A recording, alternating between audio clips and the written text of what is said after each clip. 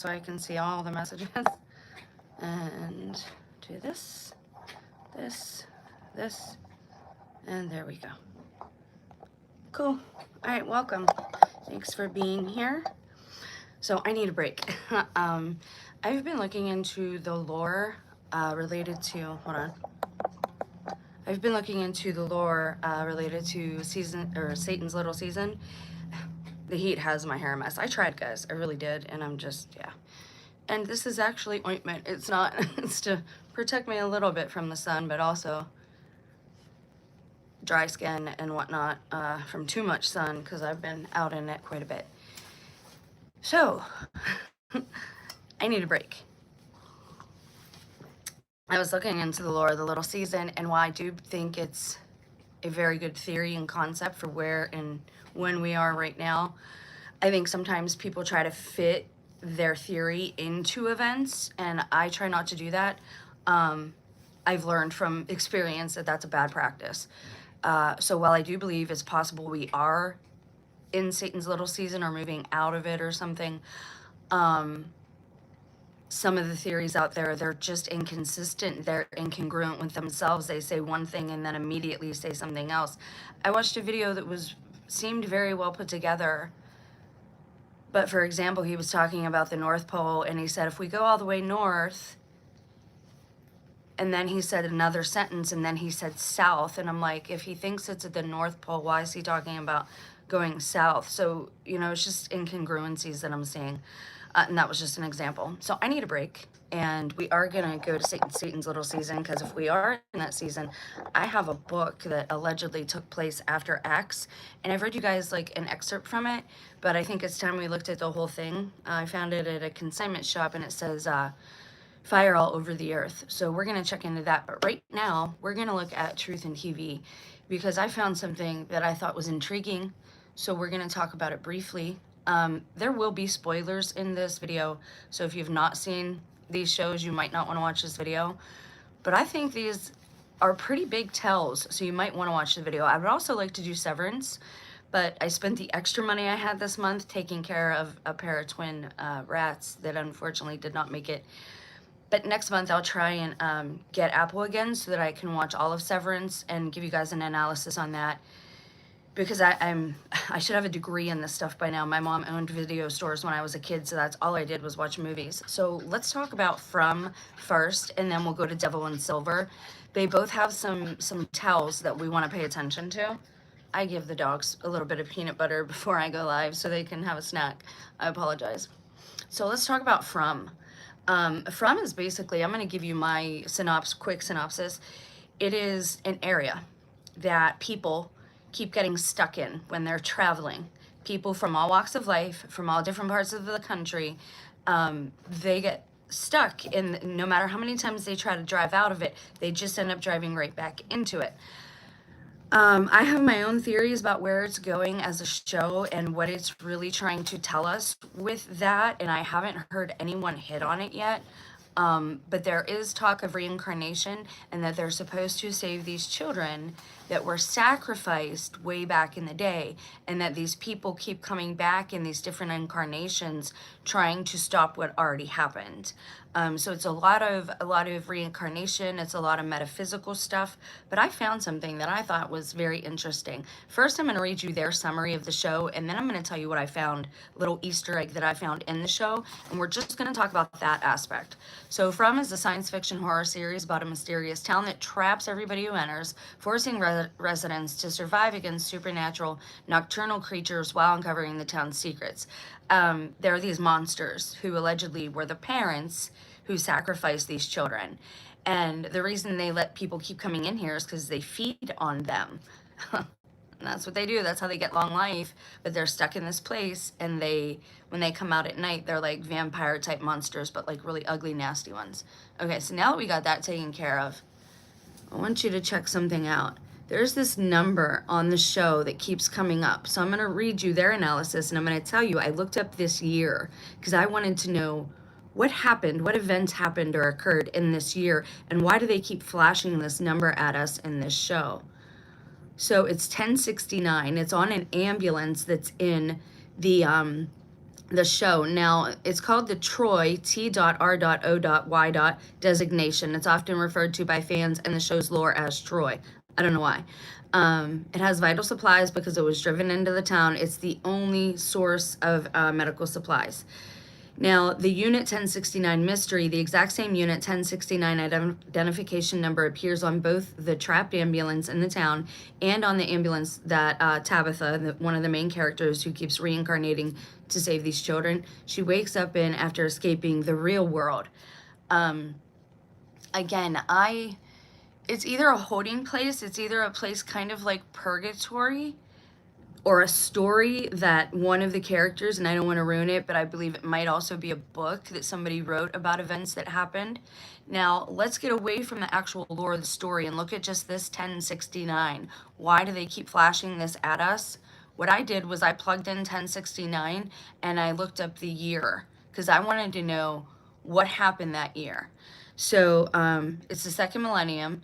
It's the 10th century, 11th century, and the 12th century decades, 1040, 1050, 1060s, okay? Because of the Julian calendar. It says 1069 was a common year starting on Thursday of the Julian calendar and the 1069th year of the Common Era and Anno Domini, AD designations. AD actually means after death of Christ. The 69th year of the second millennium and the 11th millennium. Okay. So check this out. There's a lot of stuff that happened that year, but there's something really interesting that happened that year. So let me go over a few of these events real quick. By place, the Byzantine emperor in spring, the emperor of the Romanovs fourth began a campaign against the Seljuk Turks and marches towards the Euphrates via the Melitene. He crosses the river at Romanopolis, which they call modern Turkey, and captures the strategic forces of the Chilat on the northwestern shore of Lake Van. Again, I believe the Euphrates is the Colorado River. That just seems like something Satan would do, is reversing the names of things. And this is going to make a lot of people mad, but I'm starting to think that parts of the map don't even exist. And I know that's going to make people mad, but I think Disney might be right. It might be a small world after all. Now, there's a lot of things that happen this year and a lot of kings that pass away. It's like the changing of the guard. So they might be pointing to that as well with all these changes we've had since 2019. We haven't been told that our government is a non-existent entity, but we've been shown that. Trump falling asleep all the time, if you look at those pictures, those screenshots of him falling asleep, it looks like a mannequin. Like, it doesn't even look like a person, much like the hand in the Charlie's casket. Now, check this out. This is one thing, a big thing, that happened in 1069 that I think we need to take a look at. It's called the Great Harrying of the North. Why do I think we need to take a look at? Well, there's a certain prince right now named Harry, and he's a ginger. And why I picked this resource, it was posted on January 19th, 2011. My trauma, the kickoff of everything changing for me and becoming very strange because I started looking into things, so they had to stop that and traumatize me and stuff, was January 11th, 2019, 4 days before my birthday. So it's this number reversed. It keeps doing that to me. Like, the information I get is like that. So this is an event that happened in 1069 that I think we should look at for today. It's called the Great Harrying of the North. After the trauma of Stamford Bridge, the Northerners were remarkably absent, though expected, at the Battle of Hastings. To say the warriors were exhausted would surely be an understatement. Now, let's check this out real quick. Let's look at a quick, what is the harrying of the North? Because again, it points to a lot of upheaval and a changing of the guard like we are seeing today. So the harrying of the North was a brutal military campaign led by William the Conqueror, which is interesting, right? It's called the harrying of the North, and it was led by William. And right now we have Prince William, who is the king in waiting. I don't know the proper name, I'm sorry. I'm not up on all my royalesque grammar. And Harry is the name of the other prince. So we have the harrying of the North. Coincidence? I don't know, man. So it says, Good afternoon. Thanks for being here, Michael. I appreciate it.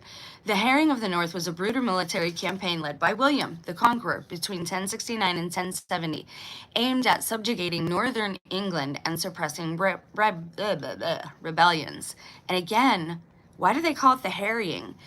Back in the day, gingers, unfortunately, people were known by certain demeanor, certain stereotypes sometimes prove true. And people that are gingers tend to have really sharp tempers, right? They don't have a lot of patience. And harrying is a very old term that means kind of like going ballistic, okay? It's brutality. So the harrying of the North was a brutal military campaign led by William the Conqueror, okay? It occurred in the aftermath of the Norman conquest of England in 1066. Following William's victory at the Battle of Hastings, resistance persisted, particularly in the north, where local leaders in the Anglo-Scandinavian population were determined to resist Norman rule. The presence of Edgar Aving, a claimant to the English throne, further fueled these uprisings.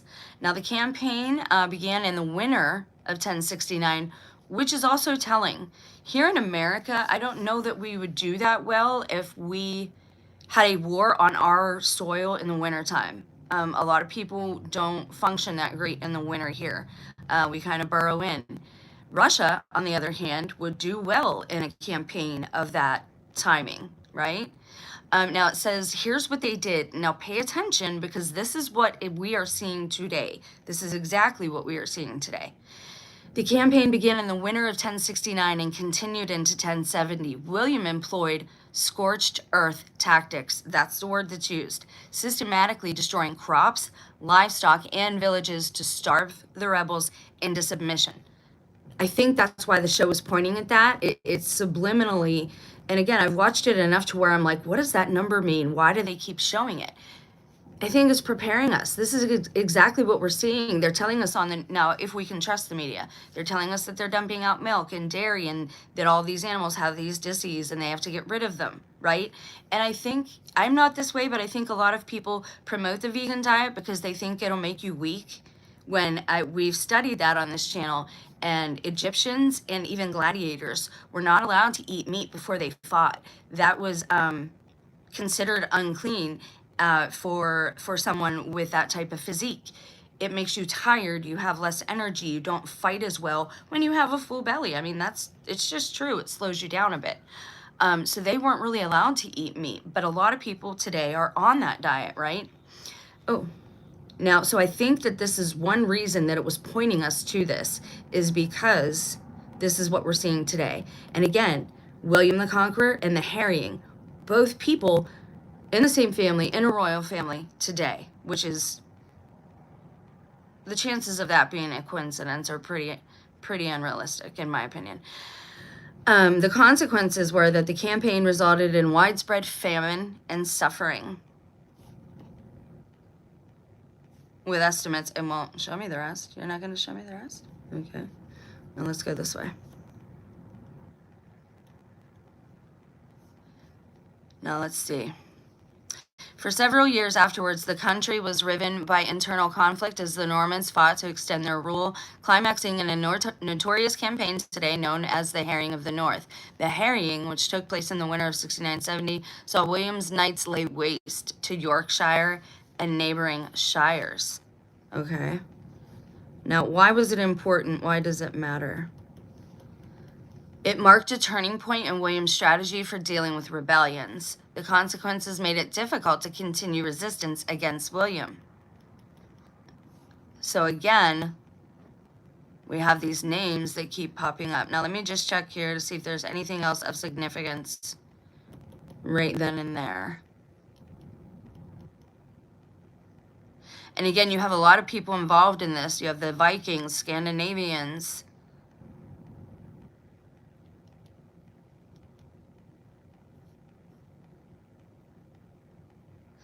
Okay, and it does show, like,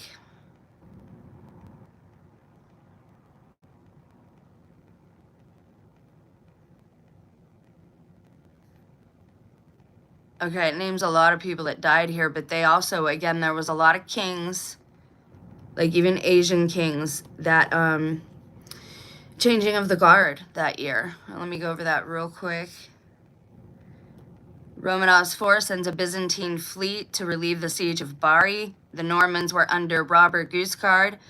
They defeated the Byzantines, but later on, Robert Guiscard died in the harrying. They were ambushed.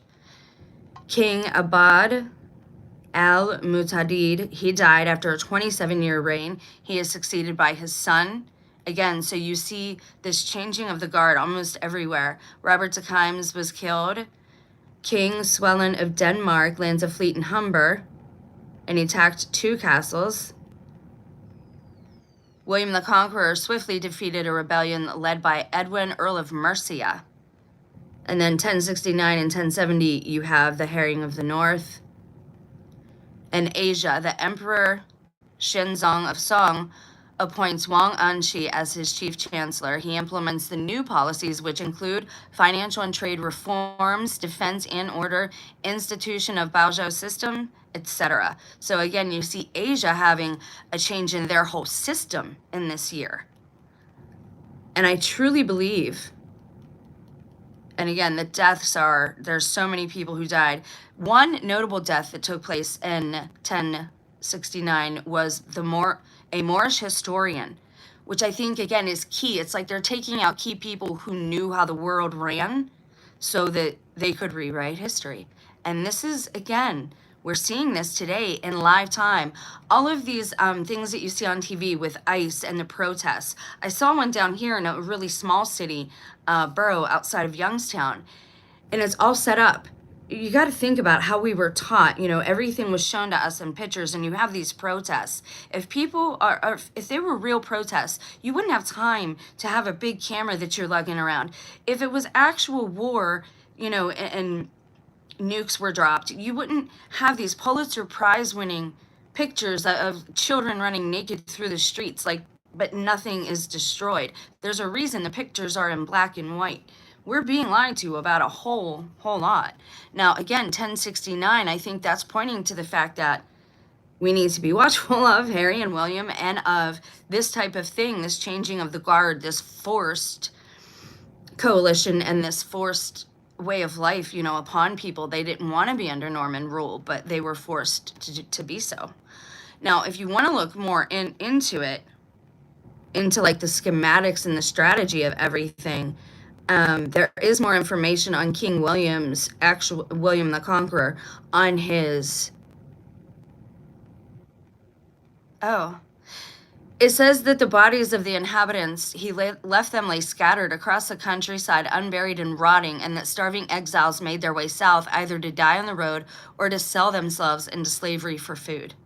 10 years later, there wasn't a single inhabited town between York and Durham. That's how many people died. According to the Orderic Vitalis, more than 100,000 people perished of hunger that year. And that's just of hunger. That's not of anything that was, causality of that or a side effect of the war. That's not in battle, right? That's not on the job because you're tired or you're hungry or what have you. That is just perishing from starvation. There were reports of cannibalism, and it was said that William salted the earth to destroy its productivity.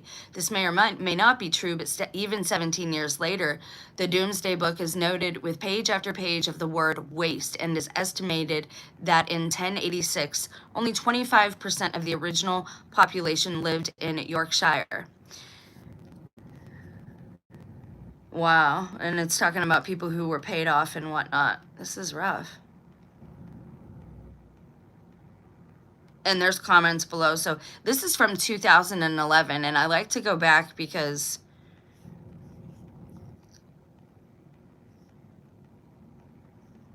and there's a lot of politics involved. But you're seeing that today. Queen Anne had something wrong with her head, right? You're seeing the king had this big C scare, and he's not really seeming like he wants to be a king, and William's getting ready to, it looks like, to kind of overtake that role. So you have a lot going on. And that is one aspect of that show that I wanted to look into because it keeps coming up, and I feel like we had to look at that. Now, The Devil in Silver, this is the whole show in a nutshell. The Devil in Silver is actually from a novel, and let me see. The series is called something else, and each season is like a standalone. So far, I think there's only 2 or 3 seasons.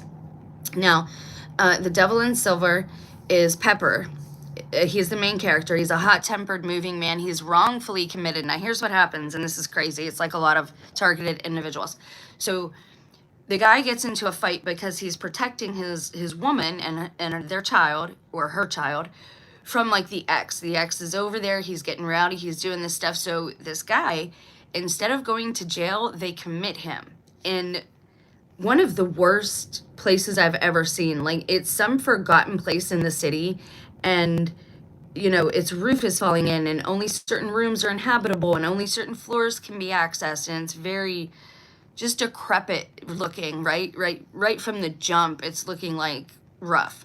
So he gets committed in here. Now, I'll read you a little bit about what it says. Judith Light is in it. Her name is Dory. Now, they all try to escape. What happens is, it's called The Devil in Silver. It goes back to a flashback, but basically, there's this guy in there who was protecting someone. Her name's Dory, and they say she's a schizophrenic, but she's been in there for years. Now, please understand, I'm not a doctor, and this is not medical advice, but you can make it look like somebody has a mental illness, or somebody can acquire a mental illness just from abuse. I know me, myself, I'm paranoid sometimes about my safety, right? About feeling secure in a place. And I get a little OCD. Sometimes I got to make sure things are locked a couple of times. I wasn't like that before the abuse, before the trauma took place, but I'm like that now, right?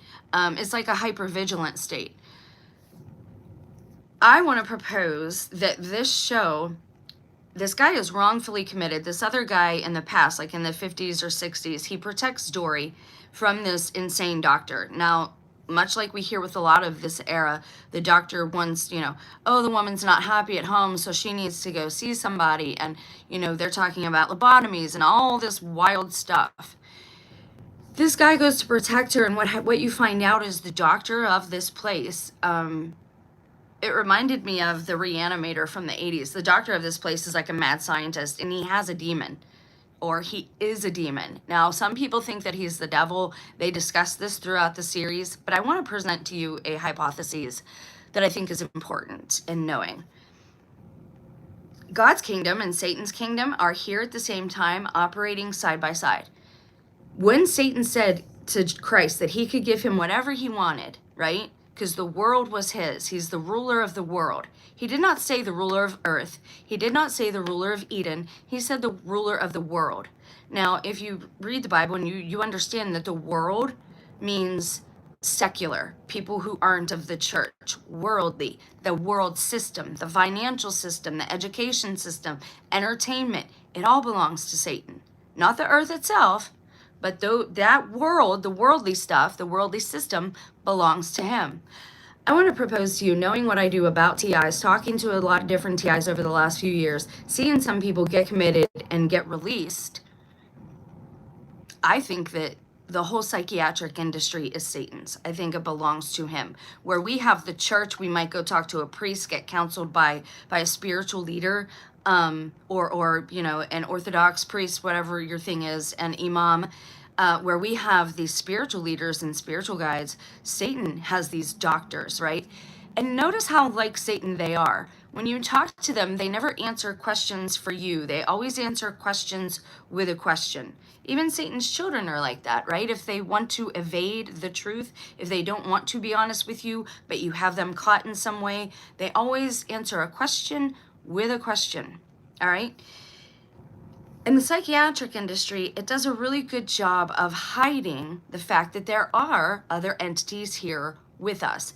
And you can go all the way back to Gnosticism. You can go to any popular man today who, Timothy Alberini, he's made probably millions.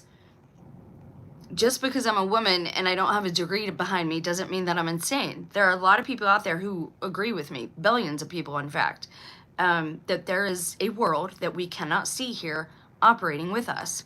I think that what The Devil in Silver, the whole season, was trying to show us was that is his domain, okay? The psychiatric industry, everything that they do in there, and the suffering. Think about that mental suffering in a place like that. Demons love that. That's what they feed on. Archons, whatever you choose to call them, lower level sentient energies, I don't care what you call them. They feed on suffering and turmoil and grief. This is why certain churches want you to feel nothing but guilt when you leave. They feed on that. And by feed, I mean it gives them energy, like an energy vampire. Not actual like feeding on your body, but feeding on that grief. And they are parasites in that way. They will attach to people who are suffering. In a mental institution, especially where people are wrongfully committed, there would be a lot of suffering. And experimenting on humans, there would be a lot of suffering there. And I don't think you can actually go to that place unless you give your free will or sovereignty away. Now, I say all the time we have sovereignty. God is sovereign, right? He gives us free will, agency to make choices. I say that we should go with God's way because that is what works best, because I've tried everything else. Don't be like me. Don't do it that way. Just be obedient from the jump, because I'm the one who found salvation through sinning so much. But it's a lot of pain. It's a lot of suffering. Don't do that like I did, okay? That's one of the main reasons for my channel. But that's it in a nutshell, is if you want to see exactly how the devil operates, watch this season. I don't know, or you can read this book, The Devil in Silver. I'm sure it's a lot better. Actually, I might look for it myself. But if you go to Prime and search out The Devil in Silver, it will come up. But watch the whole season, because it really shows you how evil operates through people, right? And how it will persuade you and how it will convince you to do certain things, and how it hides and evades people because it doesn't want exposure. Because once you expose the evil, that's it. It holds no more power. It has to leave you, or it has to start again. Just like I told you with Revelation of the Method. Once you catch on or expose their plot, they got to go back to the drawing board and start all over again. And they got to get permission from the Most High God to torment you all over again, much like with Job. I do believe it's very possible we are in Satan's short season here. But again, that will look very similar to tribulation. If what we were told about history was true, there's one thing people always forget about the mark, is that you cannot buy or sell without this. To me, really, the only thing that would fit would be concentration camps when you had to get the tattoo. And that was the only way you would get out, usually. And that's also when the vegan society was born. And Isaiah says that the wolf will lay down with the lamb, that we will put down our weapons for plowshares. We will become farmers again. We will become agriculture caretakers for the earth again. And that even the animals will get along with each other and will not consume each other. And that's when the vegan society was born, was right at the end of World War II. So if we are in Satan's short season, that would have been tribulation. That would be the marker for me. Something else. And I'll put this in the title if you want. But give me 1 second.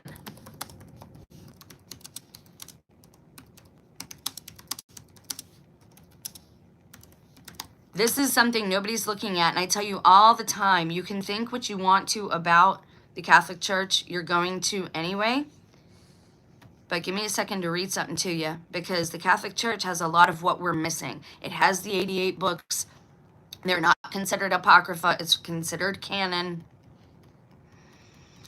It's called God's Chat with the Devil, the vision of Pope Leo. It was the first Pope Leo. And again, I think we have a Pope Leo now pointing to that. Leo also stands for lion. Leo is also for law enforcement officer. It has come up so many times in my personal testimony that we're going to have to watch Pope Leo, because I'm not sure what's up with him. And I don't like the fact that he's from Chicago. No offense, I think it's a fake city. I don't trust people from that area. I don't trust that area. God's Chat with the Devil, the vision of Pope Leo the 13th. Now check this out. If we are in Satan's short season, imagine this. Christ gets how long? He gets a millennium, right? He gets 1,000 years, which for God is only a day. Kind of funny. But if Satan gets a short season and Christ got a millennium, it makes sense that they would both be round numbers. So if Christ got 1,000 years, wouldn't a short season then be like 100 years? So, while Pope Leo the 13th was attending Mass in 1884, he had a vision, and he overheard a conversation between God and the devil, Satan. The conversation purported to be requests by Satan for the 75 to 100 years he needed in order to destroy the Catholic Church. God reportedly granted Satan's request. The apparition gives us an insight into what purports to be a troubling negotiation between God and the devil, between good and evil, much like the conversation between God and Satan in the Old Testament story of Job. Again, God uses this to refine us. God uses this so that eventually we will be like Christ. We will have theosis. We will have our own Trinity. We will be one with the Father, having that Holy Spirit that kind of connects us, okay? That's the goal. That should be the goal. Not that we're going to rise higher than him or anything like that, just that we are going to know his will, hear his will, and do his will without all this other stuff involved. Now, it says a number of stories about the vision have appeared over the years. Leo himself never spoke publicly or in writing about the incident, which is weird. Joe Tremblay, in his 2013 article, The 100-Year Test, writes that the Pope turned pale and collapsed as though dead. Father William Saunders, in his 2003 article, The Prayer to St. Michael, expands on the description by relating that several attending cardinals found the Pope had no pulse and the Holy Father was feared dead, and then suddenly Pope Leo awoke and said, "What a horrible picture I was permitted to see." This would also explain Vatican II, why certain things changed. And I have to say this because I think it's gross, and I just have to be really honest about it. Why they do things like carrying around body parts of the saints. And I don't think those are real. I think they're fake. If we're in Satan's short season and we are real Christ followers, death is not real anymore for us. We don't have to accept it. Christ said, let the dead bury the dead. He got Lazarus up because Lazarus had enough faith. It says, every man shall die once, but then it says, some of you shall not even die. You'll just be changed in the twinkling of an eye. What is all this ritual with death? And the bodies always look like wax museum people. And there aren't any cemeteries being buried or created. And there aren't any funerals anymore to sit behind. And I've said this since 2018. That's when I woke up and they've kind of penned me in. They don't want me to see the world. Because if you see it with your own eyes, you can say, okay, I know where I'm at and when I am. So basically, this vision that Pope Leo had, he related orally to the people that were there. Because when you live in the Vatican, like it's a conclave, you have bishops there, you have cardinals there. And they found him with no pulse in front of the altar, in the church, in the sanctuary. So it says, yet another vision offered in the tradition and action claims that Leo added, in the midst of the horror of the vision, the archangel St. Michael appeared and cast Satan and his legions into the abyss of hell. In Leo's vision, God gave Satan the choice of 1 century in which to do his worst work against the church. The devil chose the 20th century. So troubling was the vision that the Pope composed the prayer to St. Michael the Archangel, in which he pleaded, defend us in battle. Now, the only reason God would allow this is because it is a part of the Word, right? It's a part of Scripture. Because after the 1,000-year reign, the devil will be let loose and set free to deceive the 4 corners of the world. But it doesn't say that Christ will no longer reign over the earth. It just says that the devil will be allowed to deceive. And we're seeing that now. We're seeing 2 kingdoms literally side by side. Satan's kingdom, which again is entertainment, education, all that stuff. The court system is all his. This is why you see people venerated that are serial killers. They get their airtime because they've done what he wanted them to do. And that's that. They don't care if they're what they're popular for. They just want to be famous. They want that fame while they're here. They're not thinking of, burning in hell for eternity or anything like that. So it does line up with Scripture. Now check this out. The 20th century, the devil's work. All right, the Pope ordered the prayer to be recited at the end of each lower mass. Pope Paul VI suppressed the rite and the prayer in 1968. In 1968, once again, after Vatican II, and that's the date on my Catholic Holy Bible, is 1968-69, because again, everything was changed after that, guys. There was like this period between the 40s and the 60s, the end of World War II, and the 60s. And again, it says that Christ will rule over the world. The Catholic Church, all roads lead to Rome, did rule the earth. And we're seeing like things happen right now because, again, you have this false churchianity. And they're showing us the worst of the worst Muslims, the worst of the worst Catholics, the worst of the worst Protestants on television. Because if you're on the screen, that much and you agree to it, you're one of Satan's. And here's the thing, if Job, if people benefited by the story of Job and God knew that, he knows that people are going to benefit from this story. But how?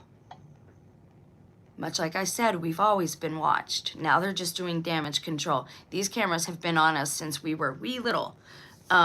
All the ghost hunters, when they say we're getting EMF ratings and, you know, it could be coming from this, it could be coming from that. Again, that's them showing you the revelation of the method. The cameras, the lines of the cameras were already in the homes, already in the walls. They already existed.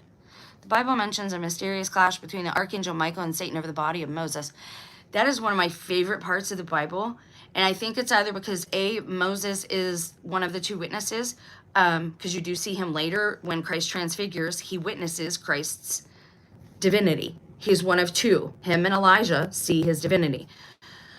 The other thing is also, I believe we need our bodies. There's a reason Satan wants us buried 6 feet under. There's a reason he wants us buried in the dirt. He wants to try and prevent the resurrection. And if he can't prevent the resurrection, he's going to prevent people from seeing it. And if only God's children, if only believers in Christ are the ones who can overcome death, then the ones that we are seeing pass away belong to him. They're his children. But that's like one of my favorite parts in the Bible. I love that part. Okay, so let's check this out real quick. The 20th century was indeed a bad one. World War I and II engulfed the globe. Now again, did it start then? And I would say, I don't think he gave him a century. I think he gave him 100 years. Historical accounts of his vision. All right, so hang on.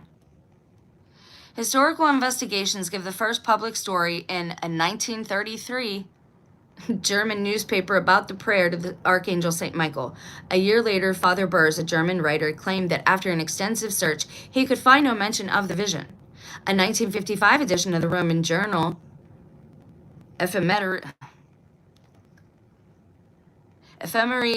Liturgicae Church cites Father Domenico Pincino, who worked at the Vatican during Leo XIII's papacy and who claimed in 1947 that he witnessed the event. 1947, right after World War II, right after the Vegan Society was born. The same article quotes Cardinal Nasali Rocca di Corneliano, 1872 to 1952, as relating that Leo's, quote, private secretary, Monsignor Rinaldo Angeli, claimed that Leo had seen a vision. Okay, so here's what's important to understand if you don't know. Every pope has like a secretary, somebody that goes with them everywhere.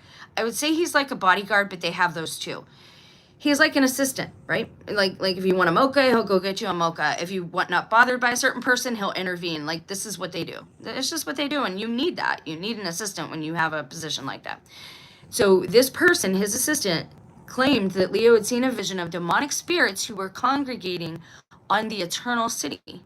That's what he called it, which is Rome, inspiring him to write the St. Michael prayer. Now, I say this too, eternal city, capital E, capital C, and I believe God woke me up in this time because there are no other Catholics speaking to these things. All the parts that you guys are missing for Revelation and what happens in the end times come from the Catholic Church. We all need to be sharing our bits of doctrine and dogma to kind of fit the pieces together. So eternal city has a capital E and a capital C, much like I said about the holy city in the Bible, where it talks about the holy city, everybody thinks it's Jerusalem. But it's not anymore. Jerusalem would have been holy, absolutely. But New Jerusalem, or Rome, in its way, is where the church was established. He converted all of Rome, right? Just by converting 1 or 2 Roman soldiers. And I don't want to get into all the doctrine and stuff there, but the pieces that we're missing for these end times are in the Catholic Church. Emmett O'Regan, in his blog, Prophecy of Pope Leo XIII, updated opines that before 1933, the story must have, quote, originally circulated in oral form amongst the Vatican staff and employees, end quote. That's what I would say too. Gossip, but not really gossip. Again, he has, a lot of things are passed orally, right? And we shouldn't just negate them because they're not written down. Neither Father Peccinino or Monsignor Angeli mention the fainting and death-like trance of the Pope.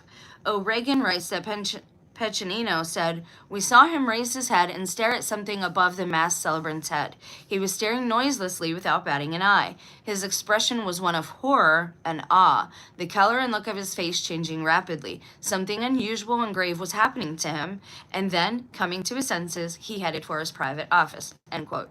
Emmett O'Regan. A half hour later, he handed the secretary of the Congregation of Rites the prayer to St. Michael and told him to send it out to all the ordinaries of the world. Piccinino also said he didn't remember in what year the incident occurred, which would be helpful if we were trying to figure out when we are. So much uncertainty. So what do we know about Leo himself? We know that he was one of the most learned of all the popes, most educated. He spoke 6 languages fluently. He was elected in 1878 at 68 years old. He died 25 years later in 1903 at 93. He was the oldest pope in history when elected to the papacy. The Cincinnati, Ohio Daily Star declared that he was, quote, "a commanding figure with a face full of intelligence, and he had a nasal twang," end quote. The Star went on to relate that he carries himself with almost haughty dignity, but has simple taste. He is a man of blameless life, strong mind, gentle disposition, culture, a scholar, refined manners, and sincere piety. So a lot of good things were said about this man back in the day, right? Now, a lot of people want to say all of history was rewrote. And I don't want to say that completely, because I think God has to leave the truth here. If it is Satan's short season, it makes sense. Just like with Job, we have to have the truth accessible to us through the Bible, through, word of mouth, or just standing, right, beside Satan's deception. We could be living in the grand deception, and the grand deception is that we're in Satan's short season, that we're waiting for Christ to come. He already came. But again, we have that verse that says, don't go here or there. If they say, I am there, do not listen. That part I'm still trying to figure out. However, again, it's still scripture. It says that Satan gets a short season. If Christ gets 1,000 years, again, I don't think he gets 1,000. I'm thinking 100 goes more in line with where I'm at with this. Okay, so this is an exorcist diary. Is this Monsignor? The one that was just dismissed from Washington, D.C. You have to ask yourself why that happened, too. Because Washington, D.C. is its own principality. And I would also bet to wager, we're told that angels are over all the nations. 7 angels, 7 churches, 7 continents. I don't know. 7 nations, maybe. But 12 tribes, I'm not sure how that would work. So there's an angel over each principality, each area on the earth. I would say that the angel over America has fallen. Was it always this way? I don't know. And I think I know the name of the one. So Mr. Rossetti, on the November 10th of 2023, Exorcist Diary number 266, are Satan's 100 years up. I love that picture.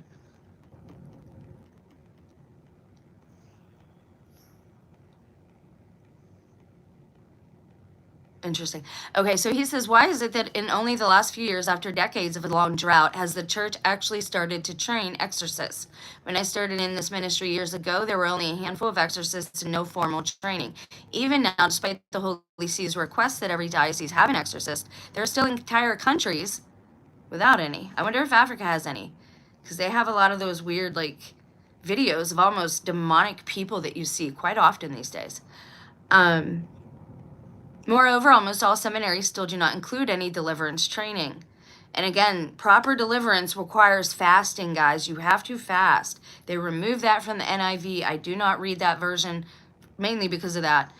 Now, however, there's a veritable explosion of interest here, and in some countries abroad, many young priests are getting involved in deliverance work. St. Michael Center provides ongoing training for exorcists, blah, blah, blah. Previously, Satan was able to hide and go about doing his destructive work in secret. Those days are rapidly disappearing. Why the change? Here's a quote from an article from the Catholic News Agency. On October, here we go. Now, this is crediting it to 1884, but October 13th, which is quite often Friday the 13th. It was for the Templars anyway. Okay. On October 13th, 1884, Pope Leo XIII, just after celebrating Mass, turned pale and collapsed as though dead. Those standing nearby rushed to his side. They found him alive, but the pontiff looked frightened. He then recounted having a vision of Satan approaching the throne of God, boasting that he could destroy the church. According to Pope Leo XIII, the Lord reminded him that his church was imperishable. Satan then replied, "Grant me 1 century and more power of those who will serve me, and I will destroy it." Our Lord granted him 100 years. And I would also pose, be very careful persecuting other Christians in this time. There is a lot of anti-Catholics out there who are Christian. Please stop doing that. It's your own soul that you're putting in danger. The real Catholic Church, wherever it is under all these layers, is the universal church. It is the one church. So please be careful on who you're persecuting in these times, because you might end up being Satan's advocate without even knowing it, just by being an accuser. The 20th century was a particularly brutal century with 2 world wars and more, but now the 100 years are up. The church has not been destroyed, and a growing army of exorcists gather with a multitude of faith-filled zealots, laity, are fighting back by the power of Christ. This closing battle culminating the end of the 100 years is upon us. Now, if that's true, the end of the 100 years is the war of Gog and Magog, which is where I think we're at. Personally, that's where I'm at now. I don't know. I might change my mind if I get more information, more truthful information. But right now, that's kind of where I'm dwelling, guys. And again, I'm not going with other people's research because there's too many. Just by watching a couple of minutes, I can see people's double-mindedness. Not that I'm better than them, but I have the time to do this, to pay attention and watch and listen to what people are saying. And the people who have researched this, I think they're missing the forest for the trees. And again, there's a lot of inconsistencies with their theories. If we let things as they are and we include the Catholic Church and the full 88 books, not just the 66, but the full 88, we get a better picture of where we're at and what's happening in the time that we're in. The presence of Satan is no longer hidden. The battle is front and clear. 300 Catholic churches in the U.S. have been attacked since May 2020. And this was in 2023. And the number is escalating. Hundreds of thousands of people are openly claiming to be witches, Wiccan, occult practitioners, and or Satanists. Fundamental moral values are being openly challenged to the degradation of people and their families, including our children. Statues of the evil demon Baphomet are being publicly enshrined. All these things are true. However, if it is the end of Satan's short season, this would explain the desperation that they're having right now in trying to and it's dumb. If you see some of the comments, they don't want us praying. They're trying to make prayer like it's bad. They don't want us using our words, telling us how there's all these double entendres and we were taught to curse, which in a way is true. We should be very careful with our words, but that doesn't mean to stop speaking. That doesn't mean to stop praying. We absolutely need to do these things that they're trying to stop us from doing. We should be fasting because Christ is not physically with us. We can't see him, and we still obviously have refinement to be done upon us. The problem is with the holy city, I don't think you'll get let in unless you're purified. God is going to make this earth new, and this earth, even Father, is going to come down, and we're all going to be on earth immortal and have eternal lives. Everybody's thinking they're going to go to heaven and these other places. The kingdom of heaven is within. It's how you treat other people, do unto others. We, the body, make up the kingdom of heaven. I hope that makes sense. And paradise is where God put us to begin with. Paradise was Eden. That's where we would be the happiest. That's where we should be now, is some type of paradise. And I think there will be a city for people that like city living and learning, out of books and stuff. And then you have the garden. But I think it'll be across the whole world, and God will restore things that Satan has ruined, that have life, a life to live. And everything of his, of the education system, the entertainment system, the monetary system, all those things are going to fall. All of them. Every material thing that he has made is going to fall. So that's kind of, again, how we'll know when we are. But don't agree to be a martyr. Don't come into any agreements with death at this time, because I don't think that it has to be real for Christ believers. If he took upon him the curse and he died for us, again, doing all these things of the system is kind of disrespectful to him. A lot of us, myself included, still have 1 foot in Satan's kingdom and 1 foot in God's kingdom. We're wanting to do godly things and do things a godly way, but we feel trapped in this monetary system because it's how we eat. We're like the Israelites. We don't want to leave because we're too well taken care of. And I'm going to leave that there for a minute. So the Bible tells us, for our struggle is not with flesh and blood, but with the principalities, powers, and the world rulers of this present darkness, with the evil spirits. But we are confident and at peace So we're gonna go on there.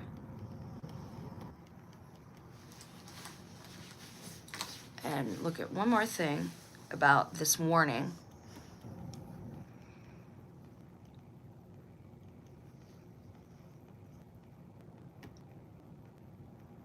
This is from Substack, and I've seen this, but I have not read it. I saved it for a video, and since I found it and it's right here, I'm gonna end the video with this short reading. Pope Leo may have just fulfilled this 100-year-old prophecy. This is Cameron Ricker on Substack. It's called The Vision. On October 13th, 1884, Pope Leo the 13th finished offering Mass and stopped dead at the foot of the altar. So watching something no one else could see, when he left the altar, when he immediately came back to himself, he went straight to his desk, and that's when he wrote the St. Michael's Prayer, okay? And it starts out, Sancte Michael Archangel, defende nos in prolio, defend us in battle, okay? A lot of people think that talking to the angels is sacrilegious. Look, if they're here to help us, they need our consent to help us. We need to consent to their divine intervention. And if you feel like it's a bad thing to do, ask the Father first. Say, Father, please send St. Michael, St. Raphael, St. Gabriel. We need them, right? Say, is it okay if I... Because again, when Catholics, at least for me, when Catholics pray to saints, it is speaking to them because they are a part of the body of Christ. They are still alive, guys. They're not dead. Like, we need to understand that. We need to come to terms with everybody in Christ's kingdom is alive. And for us, death doesn't have to be permanent or even a reality because it's about to get thrown in the lake of fire. So what did he see? Basically, he saw God having this conversation. Why would God do such a thing? Well, imagine this. If it's the millennial reign, how would you know the millennial reign of Christ was coming to an end? Like, because maybe you're not counting time, you're not counting years, right? You're just enjoying the eternal bliss. What if people started having children again? What if a couple people got pregnant and that's how they knew? Satan's coming back because this is a whole new generation. If we were born, just follow me for a second and then I'll read your comment. If we were born in the millennial reign, we wouldn't be given a choice. We would just know Christ, right? That's not what God wanted. He doesn't want automatons. He doesn't want us choosing his family to be a part of his eternal family by default, right? Because there's no other option. So if people in the millennial reign suddenly started becoming with child again, then you would know, uh-oh, these children have to be raised outside of the city so that they can, have a choice, so that they can freely choose God. Does that make sense? If that makes sense to you, please give the video a thumbs up because I've been marinating on it for a while on how to explain it. And I hope that makes sense. And the reason I'm ending this video with Satan's short season is because we're going to go back there a little bit. I absolutely believe we can talk to the angels and ask them for help. Well, you have the name of one, so that's pretty cool, right? I try to, but I would advise not doing it. We don't know their names, okay? And we don't want to go naming them per se. And we don't know exactly which ones fell. We have lists and we have hints, but we don't know for sure. So just ask God, guardian angel, please, get the archangels here, get your thrones, your dominions. God, please bless them with all the attributes and graces that they need to intervene on the behalf of humanity. However you want to phrase it, whatever you feel comfortable with. Hi, I hope you're doing well. Okay, so here's what is not contested. Something happened to Leo, and these are the things that nobody argues. People might argue a little bit about the vernacular, the vocabulary, but what is not contested is something happened to Leo the 13th on or near October 13th, 1884, that frightened the Pope badly enough to arm the entire church with a prayer of spiritual combat, a prayer that after every Mass for the next 80 years had been said. Keep the date, 1884. Okay, hang on. Ooh. Hold on to that date. She told them what would happen, then it happened. 33 years later, in 1917, a lady, capital L, appeared to 3 shepherd children at Fatima. Oh, I love this story. That was my favorite story as a kid. Fatima, Portugal. She gave them a message and she made a promise. And she did something almost no other apparition in history has dared to do. She scheduled a miracle in advance. She said, on the 13th of October, I will perform a miracle so that all may believe. On October 13th, 1917, 70,000 people stood in a downpour in a muddy field. They do have gritty pictures of this. Believers, scoffers, secular journalists sent to mock. The rain stopped, the sun spun, pulsed, and plunged toward the earth. Soaked clothing dried in moments. The anti-clerical newspaper, O Seculo, no friend of the church, reported the whole thing. So a secular newspaper reported this miracle, and they did not contest it. That's the part everyone knows. Here's the part that should put a chill down your spine. She also made predictions, and she went a perfect record. She said a worse war was coming during the pontificate of Pius XI, and that it would be preceded by strange light in the night sky as the sign. In January 1938, an aurora lit up the skies over Europe, seen as far south as Portugal. Within 2 years, the world was at war again. She said the errors of Russia would spread across the whole world, and named them in 1917 before a single Bolshevik held power: atheism, the war on the family, the culture of death, exported globally. She gave 3 requests: the daily rosary, the first Saturday's devotion, and the consecration of Russia to her Immaculate Heart by the Pope. Now you have to understand, Mary is considered the mother of the church. The church itself is called Mother Church. Why? Why are buildings and ships always named she? Here's why. Nobody explains it. I will. Remember the thing we did as a kid? This is the church. This is the steeple. Look inside and you see all the people. Because a woman's body holds the life, right? And the church, what's inside of it? The people. It's called the Mother Church because all of the people of the church are a part of it. Mary is the mother of the church. You see how these things parallel out? We always see that Fibonacci spiral repeated. Yep, I agree. The traditional and widely accepted belief is that Jesus was 33 years old when he was crucified. And you see that number come up a lot. People never know if it's the Masons or related to Jesus. I like to say some of it is nature's algorithm trying to point us to certain things, just like that 1069 I talked about in the series From. It was pointing us to stuff. Watch for 2. Watch what happens next. 100 years to the day, or to the year. In May 13th, 1981, the Feast of Our Lady of Fatima, a trained assassin fired a pistol into Pope John Paul II at point-blank range in St. Peter's Square. He should have died, but he didn't. John Paul II had no doubt who moved the bullet. One hand fired and another guided the bullet, he said. He had the bullet taken from his body and set into the crown of the statue of Our Lady of Fatima. He actually went to the jail and visited this person who tried to assassinate him and forgave him and prayed with him, and he got saved. And then he paid his debt. On March 25th, 1984, surrounded by the bishops of the world, he consecrated the whole world and Russia to her Immaculate Heart. Now, they're saying it didn't work, right? But we'll see. A lot of news outside of us is hidden, guys. You have to understand that. They're not going to tell us the truth about the rest of the world unless we travel ourselves. And a lot of us aren't allowed to because we see where we're at and when we are. Now do the math. 1884 to 1984, 100 years, almost to the season. From the day a pope first glimpsed the long war to the day a pope handed the war's epicenter to the woman who promised to win it. But did it start then? Did his 100 years start then? Because wouldn't this have all ended in 1984? Why are we still... You'll hear that this consecration didn't count because he didn't say the word Russia out loud. Here's the truth. The prayer entrusted to Mary those nations that particularly need her. And when a reporter afterwards asked John Paul II about consecrating the world, he quietly answered, and Russia. Allegedly. Russia is allegedly a pretty Christian church, or nation. Now, is it Catholic? I don't know if it's Catholic or what's the other one? Orthodox.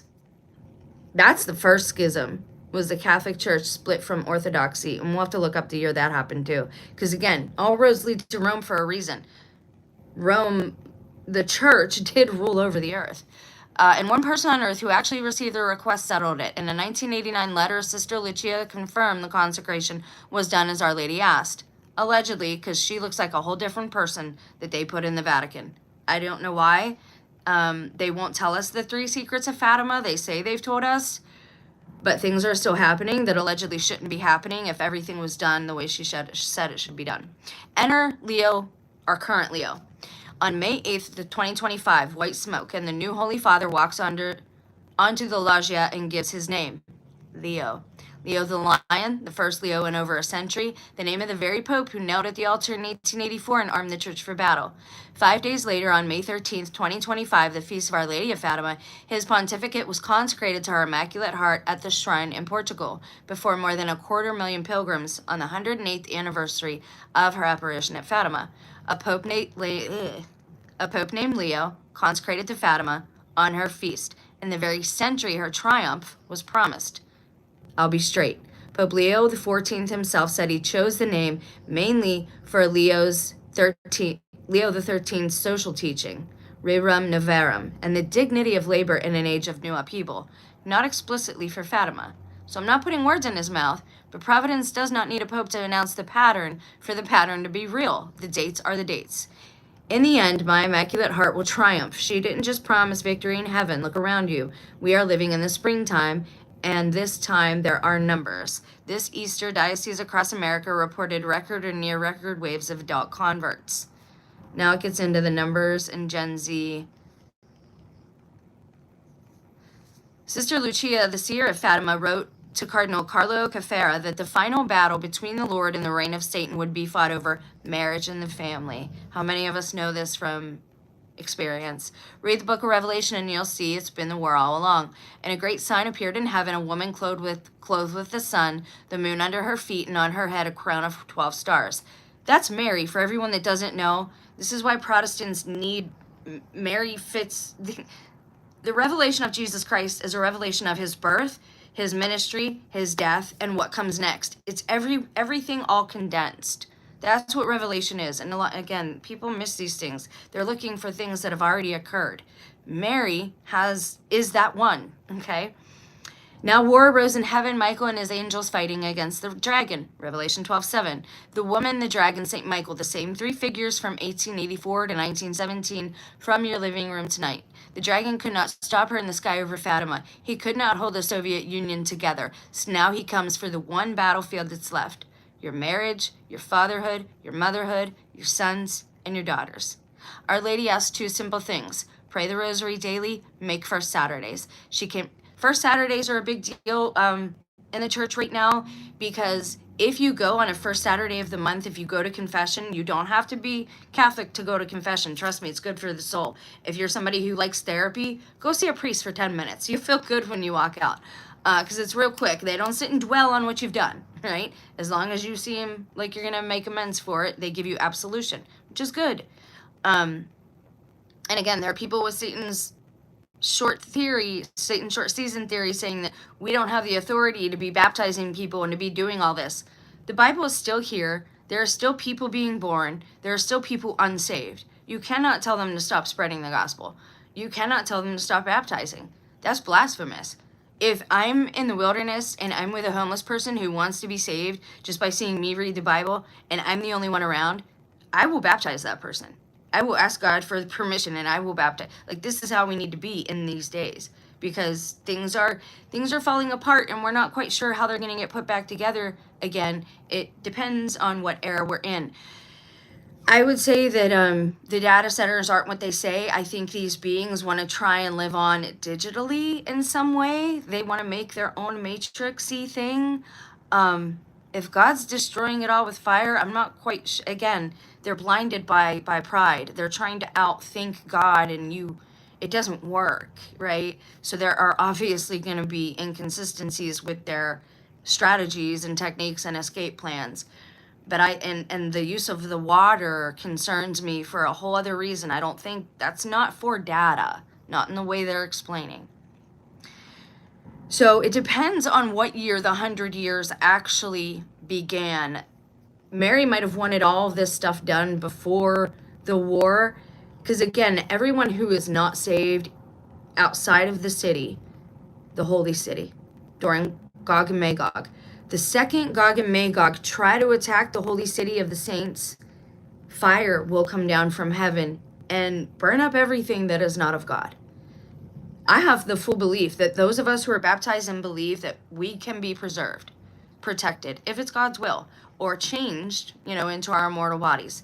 So I would not fear that type of thing, right? And I wouldn't even fear death at this point. Perfect love casts out all fear. Do everything and say things from a place of love. This is why I'm telling you, be careful on who you persecute, because you might just be on the accuser's team. You're accusing with him and you're not even aware of it, because we don't know what time it is. In the end days, evil will be called good and good will be called evil. Are we there? I mean, it seems like the world has always done that, the secular world. So anyways, I'm going to leave you guys with that. It's a lot to think on. I am going to get that physical book that I believe takes place after Acts. That's what it says. And it's called Fire on the Earth. And it shows how the Holy Spirit baptisms spread across the earth. Because now, yes, you can be baptized with water as like a ritual. But what you're actually wanting and giving consent for is the Holy Spirit to come down and dwell with you, within you. Okay, I hope that was good. I hope you learned something. You guys have a blessed day. Thank you for being here. I really appreciate that. And I love the fellowship. So I will go turn the comments on. Please comment. Please discuss things. If you want to leave links, I never block links.